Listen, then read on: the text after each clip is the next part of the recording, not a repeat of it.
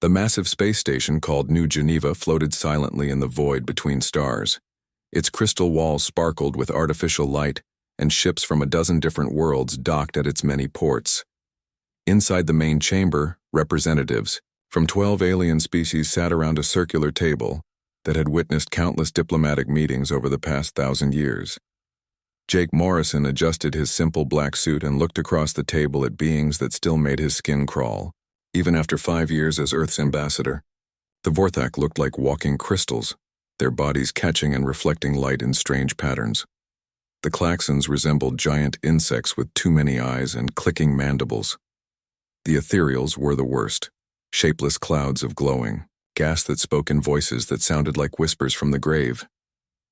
The human problem has gone on long enough, Chancellor Vex of the Zephyrian Empire announced. His blue skin rippled as he spoke, and his forearms gestured dramatically. They refused to accept their proper place in galactic society. Jake kept his face blank, but his hands clenched under the table. Captain Lisa Carter, Earth's military representative, sat beside him. Her brown eyes burned with barely controlled anger, but she remained silent. They had both learned that showing emotion only made things worse with these creatures. Humans have been part of our civilization for 50 years, the Vorthak Prime Minister Zexka said. His voice sounded like breaking glass. Yet they continue to act as if they deserve equal treatment with species who have ruled the stars for millennia. We built this galactic order, added the Klaxon Hive Queen through her translator device. We established the trade routes. We created the technologies that bind our worlds together. Humans contribute nothing but demands and complaints.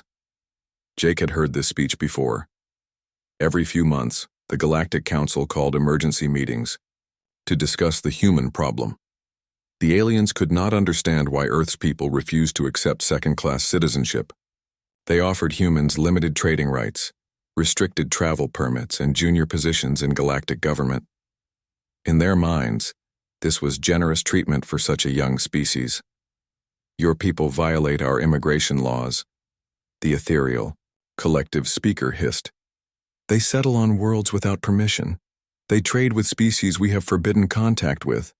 They act like they own the galaxy. Lisa Carter finally spoke up. We settle on empty worlds that nobody wanted. We trade with peaceful species that you ignore. We follow the same laws that everyone else follows. But you are not everyone else, Zexka replied coldly. You are newcomers, children. You must learn patience and respect. Colonel Danny Williams, Earth's intelligence officer, sat in the back of the room taking notes. He had been documenting these meetings for years, recording every insult and threat. His gray eyes missed nothing as he watched the aliens' body language and listened to their words. Unlike the diplomats, Danny understood what was really happening. Here, the Hegemony Coalition has reached a decision, Chancellor Vex announced. Humanity will accept the following terms, or face immediate consequences. Jake leaned forward. This was new. Usually, the aliens just complained and made vague threats. Today felt different. First, all human colonies beyond the Sol system will be placed under Galactic Council oversight. Second, human ships will be restricted to designated trade routes. Third, humans will pay a civilization tax to compensate for their use of galactic resources. Fourth, no human may hold a position of authority over any member of an elder species. The chamber fell silent. Jake felt his heart pounding, but his voice remained steady. And if we refuse? Economic sanctions, Zexka said simply. No alien species will trade with Earth. Your colonies will be blockaded. Your ships will be impounded. You will learn what happens to those who refuse to know their place. Lisa Carter's hand moved instinctively toward her sidearm, but Jake placed a gentle hand on her arm. The aliens were watching for any sign of aggression. They wanted humans to make the first violent move so they could justify crushing Earth completely. We need time to consider your offer, Jake said carefully. No, the ethereal speaker whispered. You will decide now. Accept our terms or face the consequences of your arrogance. Jake looked around the table at faces that showed no mercy, no understanding, no respect. Some of these beings claimed to be millions of years old. Their civilizations had existed since before humans discovered fire. Yet they sat here treating Earth's representatives like troublesome pets who needed to be disciplined. 50 years ago, humans made first contact with your species, Jake said slowly. We were excited to join galactic civilization. We offered our friendship, our knowledge, our strength. We wanted to be partners in building a better future for all sentient life. And we graciously allowed you to join us, Chancellor Vex interrupted. Despite your primitive nature? No, Jake said, his voice growing stronger. You never allowed us to join you. You tolerated our presence. You gave us scraps from your table and expected us to be grateful. You treated us like servants in our own homes? He stood up slowly, gathering the papers in front of him. Lisa Carter and Danny Williams rose as well, along with the rest of the human delegation. We came here seeking partnership, Jake continued. We offered our best minds, our strongest backs, our most loyal hearts. In return, you offer us chains disguised as gifts. Sit down, Zexka commanded, his crystal body flaring with angry light. You will not leave until this matter is settled. Oh, it's settled, Jake replied calmly. Humanity withdraws from the Galactic Council, effective immediately. The chamber erupted in sounds that no human throat could make. Crystal chimes, insect chittering, gaseous whispers, and alien roars filled the air. The representatives could not believe what they had just heard. You cannot survive without us, the Klaxon Queen screeched. Your pathetic colonies will be devoured by pirates within a solar cycle. Your trade will collapse, your people will starve. We'll see, Jake said simply. As the human delegation walked toward the exit, Zexka called out one final threat. When you come crawling back begging for our protection, we will remember this insult. Your terms will be far worse than what we offered today. Jake paused at the chamber door and looked back at the assembled aliens. We won't be crawling back, and we won't be begging for anything. The doors closed behind them with a soft hiss. In the corridor outside, Lisa Carter finally allowed her anger to show. Those arrogant bastards think they own the universe. Let them think what they want, Danny Williams said quietly. They just made the biggest mistake in galactic history. Jake, Morrison nodded grimly. He had spent 5 years trying to find a peaceful solution to humanity's place in galactic society. He had endured insults, threats, and condescension, always hoping that patience and diplomacy would eventually win respect for his species. Today, that hope had died. As he walked through the corridors of New Geneva Station for the last time, Jake felt something he had not experienced in years: relief. The pretense was over. The false smiles and diplomatic lies were finished. Humanity had left the table. Now they would see what happened next. Behind them, in the council chamber, 12 species celebrated their victory over the upstart humans. They did not know that. They had just declared war on the most dangerous predators the galaxy had ever seen. 6 months had passed since humanity walked away from the Galactic Council. The aliens expected Earth's colonies to collapse within weeks.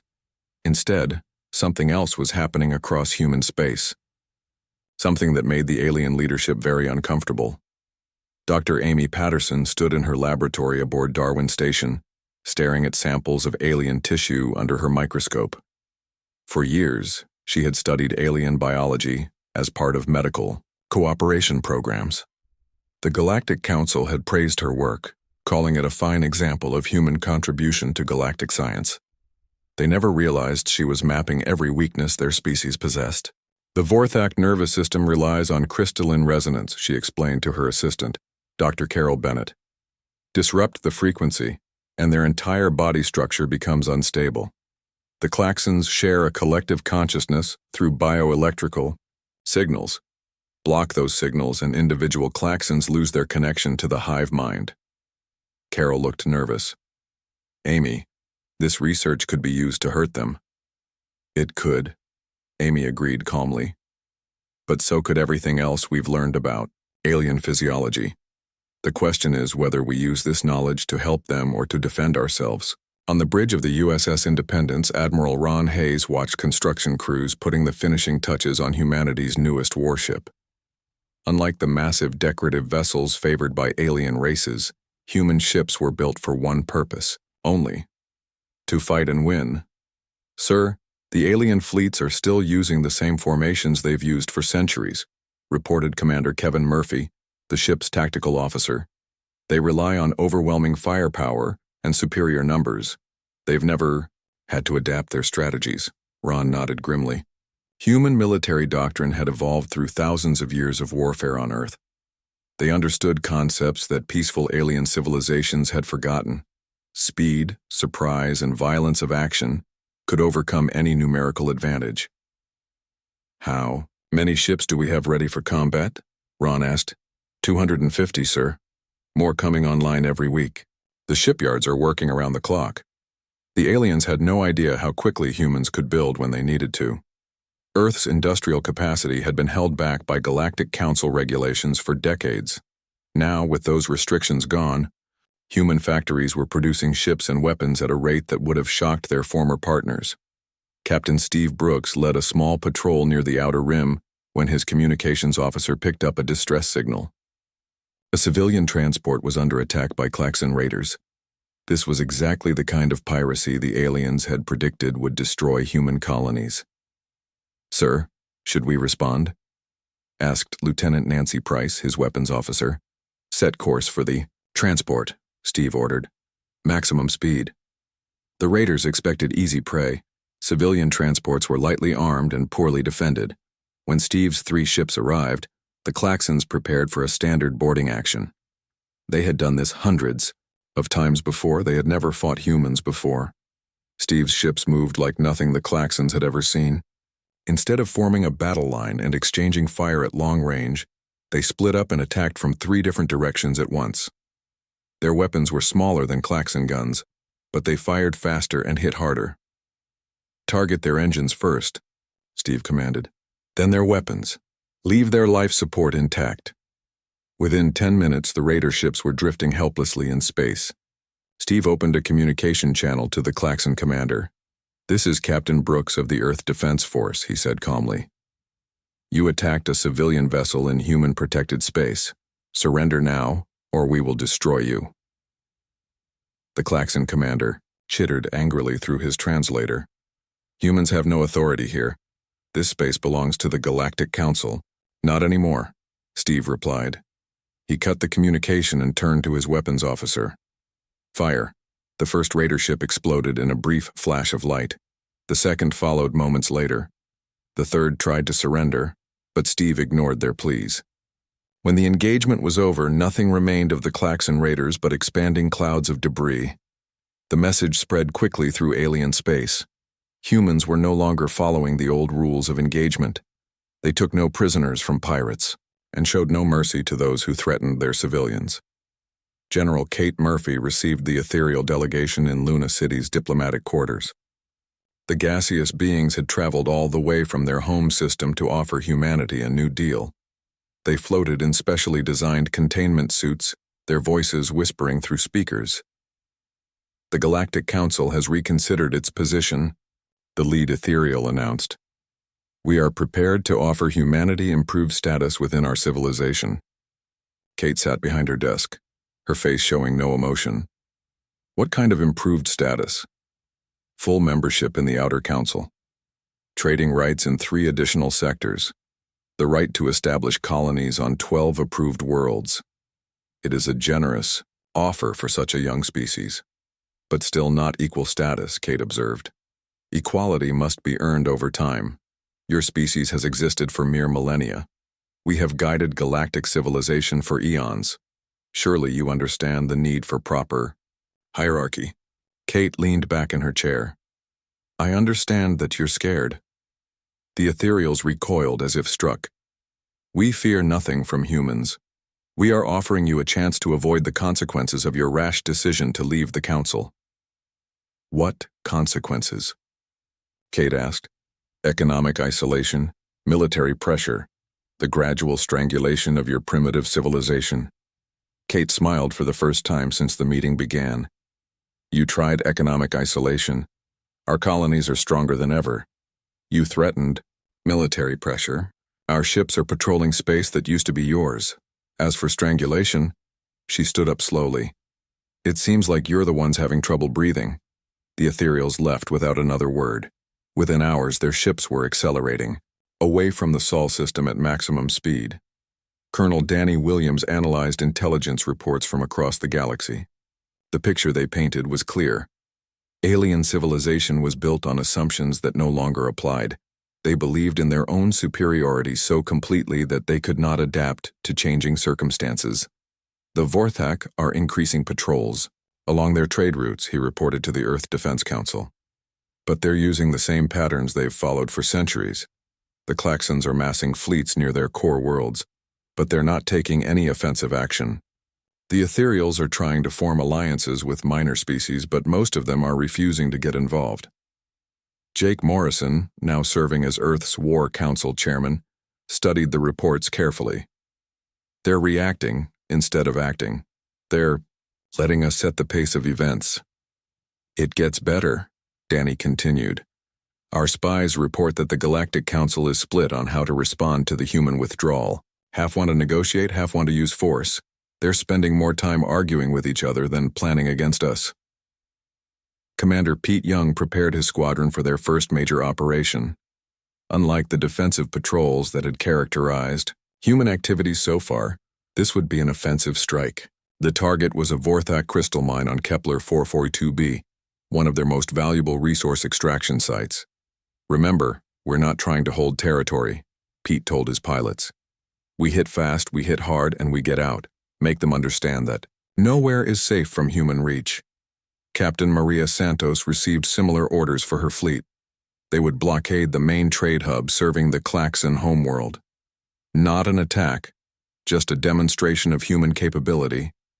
They would let civilian ships pass but inspect all military vessels. Any resistance would be met with overwhelming force. As human forces prepared for their first coordinated offensive operations, the alien races finally began to understand what they had unleashed. By treating humanity as inferior, they had created an enemy that felt no obligation to follow their rules or respect their authority. The war was about to begin in earnest, and humanity was ready. The war began at exactly 0800 hours, Galactic Standard Time, with coordinated attacks across 12 star systems. The aliens had expected a formal declaration of war, diplomatic protests, and lengthy negotiations. Instead, they woke up to find human ships already inside their territory, striking targets they thought were impossible to reach.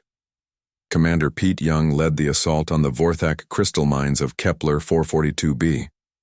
His 12 ships dropped out of hyperspace directly above the mining station, bypassing the defensive fleet that guarded the system's outer edge. The Vorthak had never seen such precise navigation. Their own ships needed hours to calculate safe jump coordinates. Humans somehow managed to appear exactly where they wanted to be. All ships, commence attack pattern Delta, Pete ordered calmly. The mining station's shields flared as human weapons struck them. But these were not the energy beams that aliens were used to. Human ships fired solid projectiles at incredible speeds, kinetic rounds that punched through shields like they were made of paper. Within minutes, the station was dead in space, its crystal structure cracked and useless. The Vorthak defense fleet arrived 30 minutes later, but Pete's forces were already gone. They left behind only wreckage and a simple message broadcast.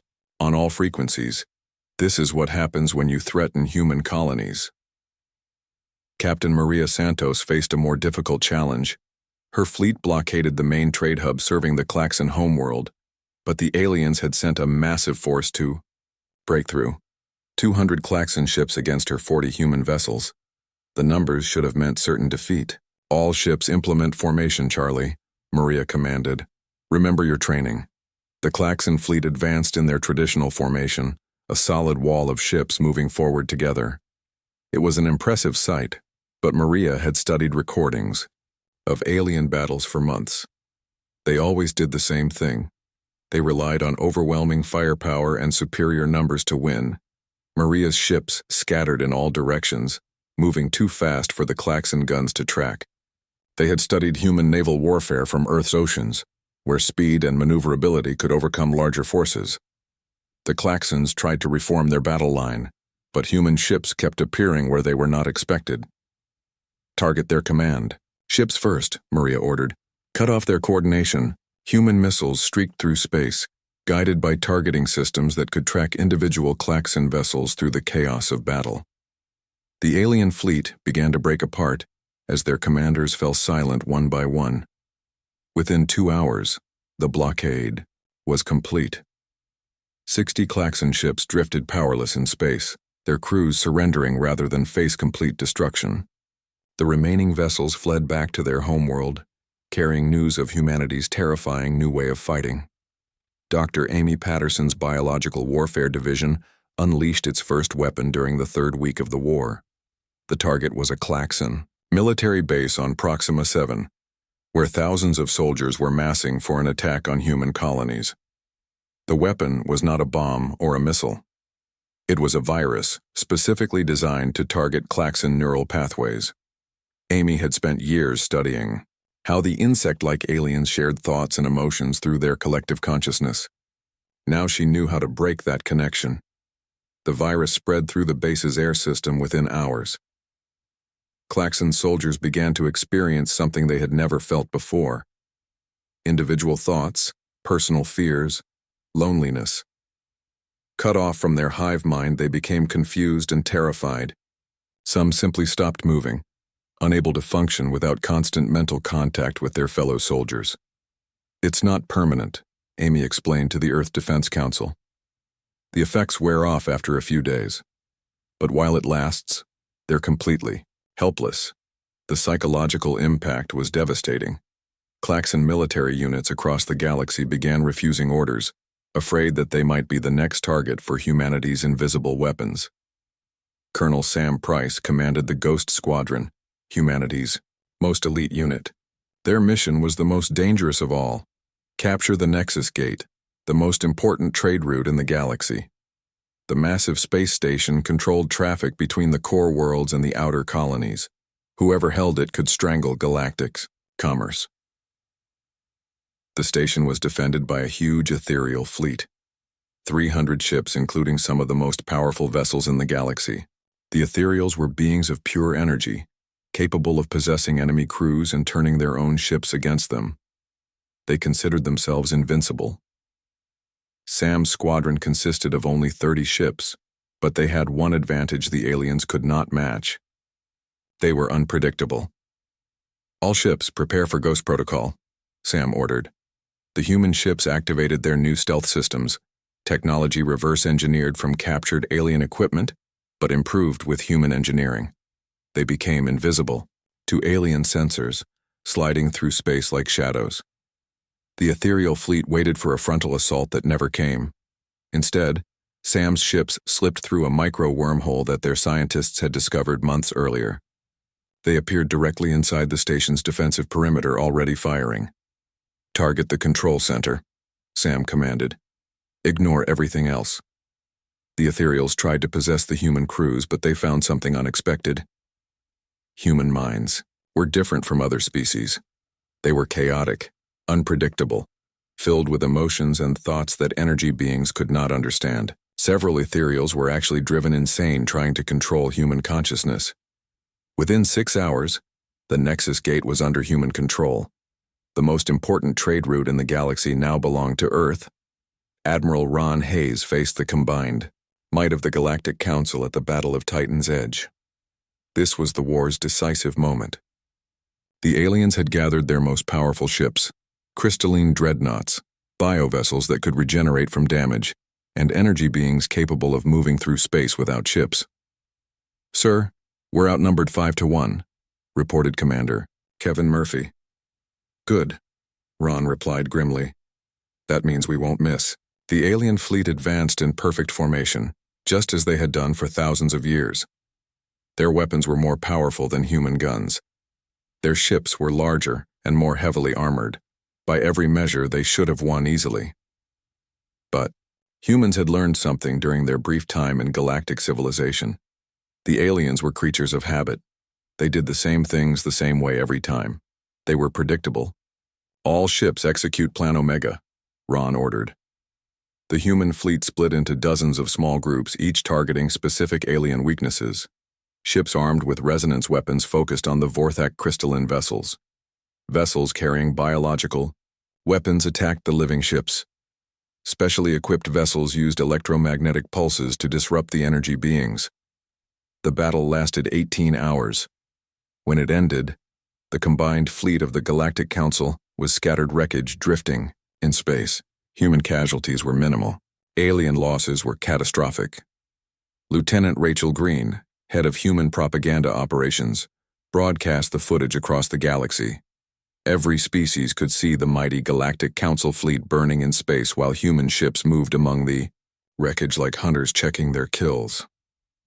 "This is what happens when you underestimate humanity," she announced on all frequencies. "We tried to be your partners. You wanted us to be your servants. Now you get to be our examples." The war was over. Humanity had won, but the real question was what they would do with their victory. The galaxy was about to learn that humans could be generous in victory as they were terrible in war. Or perhaps they would discover that Earth's children were not as forgiving as they appeared. Time would tell which version of humanity the aliens would face in the days to come. 2 years after humanity left the Galactic Council, Admiral Tony Martinez stood on the bridge of the USS Retribution, looking down at what used to be the capital world of the Hegemony Coalition. The once proud cities lay in ruins, not from human weapons, but from civil wars that broke out when their government collapsed. The aliens who had once ruled the galaxy now came to humans as beggars. Species that had existed for millions of years asked permission from creatures they had called children just 3 years ago. The great civilizations of the past were broken, scattered, desperate for any hope of survival. "Sir, another delegation is requesting an audience," reported Captain Linda Wilson, his communications officer. "The remaining ethereal collective wants to discuss surrender terms." Tony nodded grimly. In the past week, he had received similar requests from dozens of alien species. They all wanted the same thing: mercy from the humans they had underestimated. On Earth, Jake Morrison sat in his new office as humanity's first galactic emperor. The title felt strange, but the old diplomatic ranks meant nothing now. The galaxy needed leadership, and humans were the only species still capable of providing it. A knock on his door interrupted his thoughts. Dr. Amy Patterson entered, carrying a tablet full of reports from across human space. "The medical teams are ready to begin healing the species we defeated," she said quietly. "The Klaxon hive minds can be restored. The Vorthak crystal networks can be repaired. Even the ethereal energy matrices can be stabilized." Jake looked surprised. "After everything they did to us? After the way they treated humanity?" Amy sat down across from his desk. "We didn't fight this war to become the monsters they thought we were. We fought it to prove that we deserved better treatment. Now we have the chance to show them what that looks like." Across the galaxy, human administrators were establishing new governments on former alien worlds. General Kate Murphy oversaw the creation of the Galactic Defense Force, a military organization where species earned rank through skill and dedication rather than age or birthright. Captain Ben Roberts, a former human officer, now commanded a mixed crew of humans and aliens aboard the Star Destroyer New Hope. His second in command was a young Vorthak named Crystal 7 Alpha, who had proven himself in battle against pirate raids. "Sir, the Klaxon refugees on Kepler 3 are requesting protection," Crystal 7 Alpha reported. "Their former government abandoned them when we took control of their trade routes." Ben nodded. "Send the Third Fleet to establish a defensive perimeter. Make sure they have food and medical supplies." This was the new reality. Humans protected those who had once oppressed them. Former enemies served alongside their conquerors, working together to build something better than what had come before. Commander Pete Young, now promoted to Admiral, managed the reconstruction of the Nexus Gate. The massive space station had been damaged during the war, but human engineers were rebuilding it to serve all species equally. For the first time in galactic history, smaller civilizations could use the major trade routes without paying tribute to more powerful neighbors. "The Zephyrians are requesting permission to establish a trading post," reported his aide, Lieutenant Carol Thompson. "They're offering to share their navigation technology in exchange for access to 3 commercial routes." "Approved," Pete said immediately. But make sure they understand the new rules. No discrimination based on species age. No special privileges for elder races. Everyone follows the same laws. Dr. Amy Patterson's medical research had taken a new direction. Instead of developing weapons to hurt alien species, she now worked to heal the damage the war had caused. Her laboratories produced treatments for radiation sickness on Vorthak worlds, therapies to restore Klaxon collective consciousness, and energy stabilizers for displaced ethereals. The irony is not lost on me, she told her assistant Dr. Carol Bennett, as they worked on a cure for a plague affecting former Klaxon military units. We spent months learning how to hurt them. Now we're spending years learning how to heal them. Carol smiled. Maybe that says something about who we really are. The former alien leadership struggled to understand humanity's approach to victory. Emperor Zexka of the Vorthak Empire, now reduced to governing a single world, requested a meeting with Jake Morrison. "Why do you help us?" the crystal being asked through his translator. "We treated your species as inferior. We threatened your colonies. We forced you to leave the Galactic Council. Why do you not simply destroy us?" Jake leaned back in his chair, remembering the anger he had felt during those final negotiations 2 years ago. "Because destroying you would prove that you were right about us. It would make us the monsters you claimed we were." "But you have the power," Zexka insisted. "You could remake the galaxy in any image you choose. You could make humans the ruling species and reduce all others to slavery." "We could," Jake agreed, "but we won't. The galaxy is big enough for all of us to live in peace. The question is whether you're willing to accept that." On Unity Station, formerly called New Geneva, representatives from 43 species gathered for the signing of the new Galactic Charter. The document established rights and responsibilities for all sentient beings, regardless of how long their civilizations had existed. Admiral Ron Hayes, now serving as head of Galactic Security, watched the ceremony with mixed emotions. The war had cost thousands of human lives and millions of alien ones, but perhaps their sacrifice had created something worth the price. Article 1, Jake Morrison read aloud. "All sentient species are equal under galactic law. No civilization may claim superiority based on age, technology, or past achievements." The alien representatives listened in silence. Some still struggled with the concept that their ancient civilizations were no more important than younger species, but they had learned the cost of underestimating humanity's resolve. Lieutenant Rachel Green, now head of Galactic Communications, broadcast the ceremony to every inhabited world in the galaxy. Children of multiple species watched their parents sign documents that would shape their future. Human children played alongside young Vorthak, Klaxons, and ethereals in the station's observation decks. "This is the galaxy we're building," Rachel announced to her viewers. "Not one species ruling over others, but all species working together as equals." The signing ceremony continued for hours as representative after representative added their names to the charter. Some signed eagerly, happy to be part of something new. Others signed reluctantly, still bitter about their defeat but recognizing they had no choice. When it was finished, Jake Morrison stood before the assembled delegates and the cameras broadcasting across the galaxy. 2 years ago, humanity left the table when we were told to accept second-class citizenship in galactic society, he said. "Today we invite everyone to join us at a bigger table, where every species has an equal voice." He paused, looking out at the stars visible through the station's massive windows. "We didn't want to leave the table, but when we did, we discovered something important. We didn't need your permission to build a better galaxy. We just needed the courage to try." The ceremony ended with children from dozens of species releasing glowing balloons into the station's central chamber. Each balloon carried a message of hope for the future, written in languages from across the galaxy. As the crowd dispersed, Jake Morrison remained at the observation deck, watching ships from many worlds docking at the station. The war was over. The rebuilding had begun, and for the first time in galactic history, every species had an equal chance to build the future they wanted. Humanity had left the table when treated as lesser beings. In the end, they had built a bigger table where everyone could sit as equals,